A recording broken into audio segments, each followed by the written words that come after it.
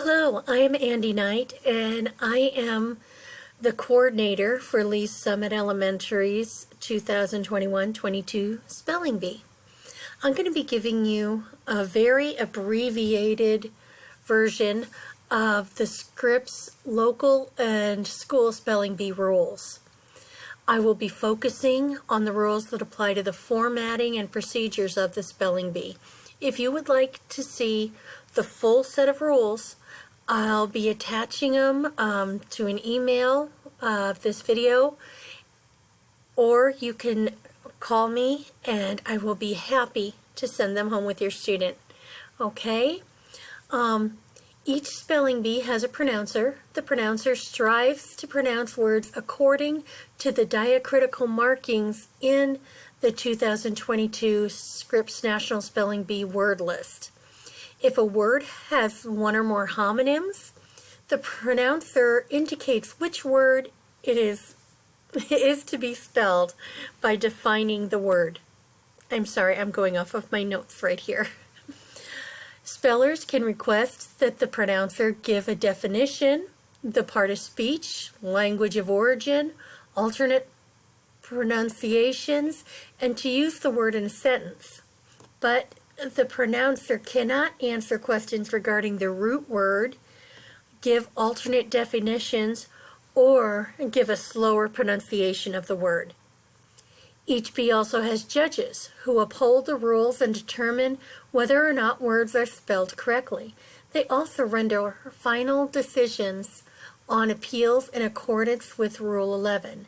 They are in control of the competition, and their decision is final on all questions. Because seeing the speller's lip movement may be critical in detecting misunderstandings and misspellings, the judges encourage spellers to face them when pronouncing and spelling the word. The judges participate in the exchange of information between the speller and pronouncer if they feel that clarification is needed.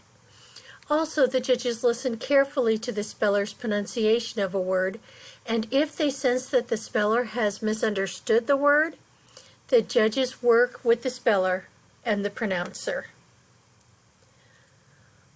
A local spelling bee is conducted in rounds. Each speller remaining in the spelling bee at the start of a round spells one word in each round.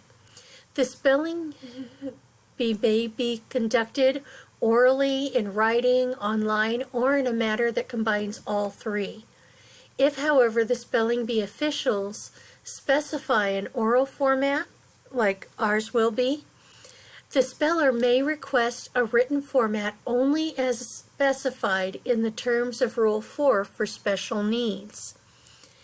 In a spelling round, the speller makes an effort to face the judges and pronounce the word for the judges before spelling it and then after spelling it. For example, if a speller were given the word cat, the speller would say cat, C-A-T, cat, just like that. The speller, while facing the judges, should say each letter distinctly and with sufficient volume to be understood by the judges. This is very important. I have judged several spelling bees, and in every bee there's somebody who doesn't project enough. They don't speak loudly enough, and we have to ask them to repeat it. So make sure that you are speaking as loudly as you can. You don't have to scream. Just speak loudly and enunciate, okay? The speller may ask the pronouncer to say the word again, define it, use it in a sentence, provide the part of speech, provide the language of origin, and/or provide alternate pronunciations as listed on the pronouncer's competition word list provided by the Scripps National Spelling Bee. Upon providing an incorrect spelling of a word, the speller immediately drops out of the competition, except at the end. At the end of the spelling bee, if all spellers in a round misspell their words or none of the spellers remaining in the spelling bee at the start of a round spell a word correctly, all of them remain in the competition and a new spelling round begins. Because we have to have a winner. So if everybody is misspelling it, we've got to start over with another round. At the end of the bee, if all the spellers in a round, is that what I just, oh, no, okay. If only one speller spells correctly in a round, a new one-word spelling round begins, and the speller is given an opportunity to spell a word on the list, which is we consider the anticipated championship word. If the speller succeeds and spells the word correctly, then they are deemed the champion, the winner. An example is if two spellers are left in round 16. Speller 3 spells their word correctly, and then it goes to speller 9 and they spell their word incorrectly. Well then, speller 3 starts a round that is just by themselves. It's a one-word round, and if they spell that word correctly, then they're the winner.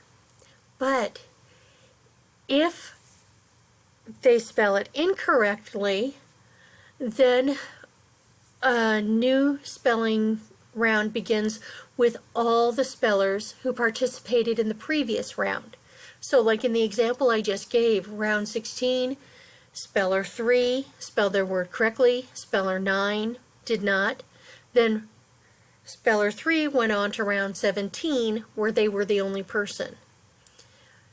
If they spell it incorrectly, then they do another round, round 18, and speller 9 gets another opportunity. So that round would go speller 3, then speller 9, because they have to stay in the order, the original order of spellings. Okay? I hope that makes sense. All right. The rules prescribe that spellers spell their word in original order. Like I said, they have to, speller 3 has to go before speller 9. Okay, hopefully that all made sense, and if it didn't, well, hopefully by the time we get to that part, it will. All right, you can always call me if you have questions or send me an email. I'm more than happy to answer whatever I can. So these are our rules and procedures. Our spelling bee is December 3rd at 1 o'clock. Hopefully parents can come then. I'm really hoping for that. It's so exciting to see your kid in this big competition. I want you to remember, to have fun with this. Okay, spelling bees are supposed to be fun. One of the teachers here used to participate in them at her school, and she was telling me how much she loved it. Okay, so good luck to you, and have fun. Bye-bye.